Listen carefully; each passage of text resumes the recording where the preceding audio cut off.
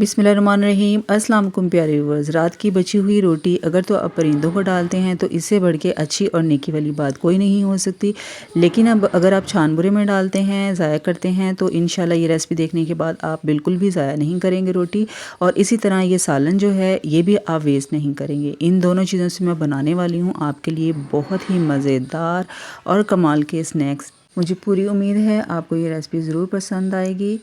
और यहाँ पर मैंने ली है बेसन की स्लरी, ये भी बची हुई थी, ठीक है। इसको भी मैंने थोड़ा सा रीन्यू किया है। इसको मैंने इसके अंदर हरा धनिया डाला था, नमक और मिर्चें डाल के इसको दोबारा से जो है ना मैंने रिफ़्रेश कर लिया था, ठीक है। देखें, बची हुई चीज़ों के साथ मैं आपको बनाना सिखा रही हूँ बहुत ही मज़ेदार से स्नैक्स। तो आप बिल्कुल भी वीडियो जो है ना वो स्किप मत कीजिएगा। सबसे पहले हमने रोटी के ऊपर ये सालन जो है ना इसको अच्छी तरह से इक्वली फैला देना है, ठीक है। और बिल्कुल पतली सी लेयर लगानी है, ज़्यादा थिक जो है ना लेयर नहीं लगानी है। और अच्छी तरह से इसको प्रेस कर लेना है। अगर आप चैनल पर नए हैं तो जल्दी जल्दी से चैनल को सब्सक्राइब कर लीजिए। ऐसे ही कुकिंग हैक्स आपके लिए इंशाल्लाह लाऊंगी जो आपकी परेशानियां ख़त्म कर देंगे। अच्छा जी, यहाँ पर मैंने इसको अच्छी तरह से फैला लिया है। उसके बाद हमने इसको रोल कर देना है इस तरीके से, ठीक है। फोल्डिंग कर देना है, इसको अच्छी तरह से कर देना है फोल्ड। और उसके बाद हमने इसके छोटे छोटे स्लाइस काट लेने हैं इस तरह से। इक्वली जो है इनके हमने स्लाइस काट लेने हैं और उसके बाद इनकी सेटिंग कर लेनी है। जो सालन जो है थोड़ा बहुत बाहर निकला है उसको सेट कर लेना है, ठीक है। सारे जो है हमने रेडी कर लेने हैं। यहाँ पर मैंने ली हैं बारबेक्यू स्टिक्स। इसके अंदर मैंने 1 बाय 1 इनको लगा देना है। अगर आपके पास स्टिक नहीं है तो आप वैसे भी फ्राई कर सकते हैं। मैंने सिर्फ बच्चों को खिलाने के लिए, उनकी खूबसूरती के लिए जो है ना ये स्टिक यूज़ की हैं। उसके बाद हमने इनको बेसन वाली स्लरी के अंदर इस तरीके से डिप कर देना है, अच्छी तरह से कोटिंग कर देनी है बेसन के साथ, ठीक है। उसके बाद हमने इनको मीडियम फ्लेम पे ना फ्राई कर लेना है, ठीक है। फ्लेम जो है वो मीडियम टू लो होनी चाहिए, बहुत ज़्यादा तेल गर्म नहीं होना चाहिए। स्पून के साथ इसके ऊपर आप डाल दीजिएगा ऑयल, ताकि अच्छी तरह से बेसन वहाँ पर स्टिक हो जाए। और उसके बाद प्यारा सा जब गोल्डन कलर आ जाए ना तो आपने इनको निकाल लेना है। और मज़ेदार से स्नैक्स जो हैं बिल्कुल रेडी हो चुके हैं। आप यकीन करें, बच्चों ने इतने शौक़ से ये खाए हैं ना, तो आप लाजमी भी ट्राई कीजिएगा। देखिए अंदर से कितने सॉफ्ट और इतने जो है ना ये क्रंची बने थे। लाजमी आप ये रेसिपी ट्राई कीजिएगा, सबके साथ शेयर करना मत भूलिएगा। और प्यारा सा कमेंट देके मुझे अपनी राय का इजहार कीजिएगा। अपना ख्याल रखिएगा। अल्लाह हाफिज़।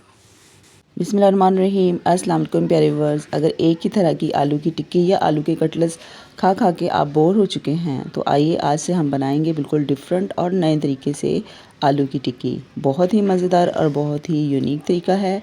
इंशाल्लाह ये आपको ज़रूर पसंद आएगा। तो आइए टाइम ज़ाया के बगैर रेसिपी शेयर करती हूँ। इसके लिए सबसे पहले हमने 1 टीस्पून अजवाइन लेनी है। इसे 4 टेबलस्पून ऑयल में डाल के इसको थोड़ा सा फ्राई कर लेना है। उसके बाद एक बड़े साइज़ का प्याज लेना है, चॉप कटिंग करनी है इसको भी हमने इसके अंदर सौते कर लेना है। हमने ज़्यादा नहीं पकाना है, हमें सिर्फ क्रंची जो है ना इसका फ्लेवर और टेस्ट चाहिए है। इसे 30 से 40 सेकंड तक हमने इसको सौते कर लिया है। अब हम इसके अंदर स्पाइसेस डालेंगे। इसमें है हल्दी है, कुटी हुई लाल मिर्च है, ज़ीरा है, पिसा हुआ धनिया है, नमक है। और यहाँ पर हम डालेंगे इमली का पल्प। ये तकरीबन 3 टेबलस्पून इमली का पल्प है, ये इसके अंदर डालेंगे। इसकी वजह से जो है ना आलू की टिक्की का टेस्ट फ्लेवर बहुत मज़े का हो जाएगा। इसको हम अब जस्ट 1.5 मिनट के लिए जो है ना इसको हमने इसके अंदर पका लेना है, ठीक। 1.5 मिनट तक पकाने के बाद इसके अंदर अब हम डालेंगे हरी मिर्च बिल्कुल बारीक कटिंग में। अब यहाँ पर हम डालेंगे आलू। ये आधा किलो आलू है और हमने इनको मैश कर लिया था। मैश आपने बिल्कुल बहुत ज़्यादा जो है ना इनको मैश नहीं करना, इसमें थोड़े बहुत आलू के जो है ना चंक्स वो रहने चाहिए। उसके बाद इसमें हरा धनिया डालेंगे और इन सब चीज़ों को अच्छी तरह से हमने मिक्स कर लेना है।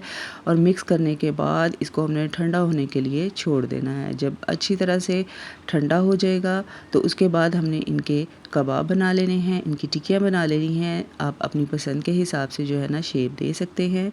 ये देखिए इस तरीके से। अब हमने स्लरी तैयार करनी है। इसके लिए 1 कप बेसन लिया है, इसमें 3 टेबलस्पून राइस फ्लोर डाला है, चावलों का आटा डाला है। इससे जो है ना कबाब बहुत क्रिस्पी होंगे। उसके बाद 1 टेबलस्पून इसमें तिल डाले हैं, हाफ़ टी स्पून इसमें अजवाइन डाली है, लाजमी अजवाइन का यूज़ किया करें। और उसके बाद इसमें लाल मिर्च पाउडर और chilli flakes, half teaspoon नमक, ये सब चीज़ें जो है अपने टेस्ट के अकॉर्डिंग डाल लें। उसके बाद हमने इसमें थोड़ा थोड़ा पानी डाल के जो है ना हमने गाढ़ी सी लई बना लेनी है, इसकी स्लरी रेडी कर लेनी है। इसको बहुत ज़्यादा पतला नहीं करना है, ठीक है। उसके बाद इसके अंदर हमने एक एक कबाब जो है ना वो डिप करते जाना है और कबाब जो है ना उसको थोड़ी देर के लिए इसके अंदर यूँ ही रहने देना है ताकि जो एक्स्ट्रा बेसन है वो उतर जाए। और उसके बाद हमने मीडियम फ्लेम पे जो है ना इन कबाबों को फ्राई करना है। अगर आप चैनल पर नए हैं तो जल्दी जल्दी से चैनल को सब्सक्राइब कर लें और हर आने वाली वीडियो के लिए बेल नोटिफिकेशन भी ऑन कर लें। आप लाइक करने में और कमेंट करने में बहुत कंजूसी करते हैं, तो लाइक और कमेंट किया करें ताकि हौसला अफजाई हो हमारी। उसके बाद स्पून की मदद से ऊपर हमने ऑयल डाल देना है ताकि ऊपर वाला जो बेसन है वो भी वहीं पर स्टिक हो जाए। उसके बाद हल्का सा गोल्डन कलर हो चुका है, उसके बाद इसकी साइड चेंज कर लेनी है और बस ये देखिए जी हमारी 4 से 5 मिनट के अंदर अंदर आलू की टिक्की जो है बिल्कुल रेडी हो चुकी है। बहुत मज़ेदार, खस्ता और करारा जो है ना ये आलू की टिक्की रेडी हुई है। आप लाजमी इस तरीके से ट्राई कीजिएगा। मुझे पूरी उम्मीद है आपको ये जो तरीका है, ये रेसिपी है ज़रूर पसंद आएगी। सबके साथ शेयर ज़रूर कीजिएगा और अपना बहुत सारा ख्याल रखिएगा। अल्लाह हाफिज़, फ़ी अमान अल्लाह।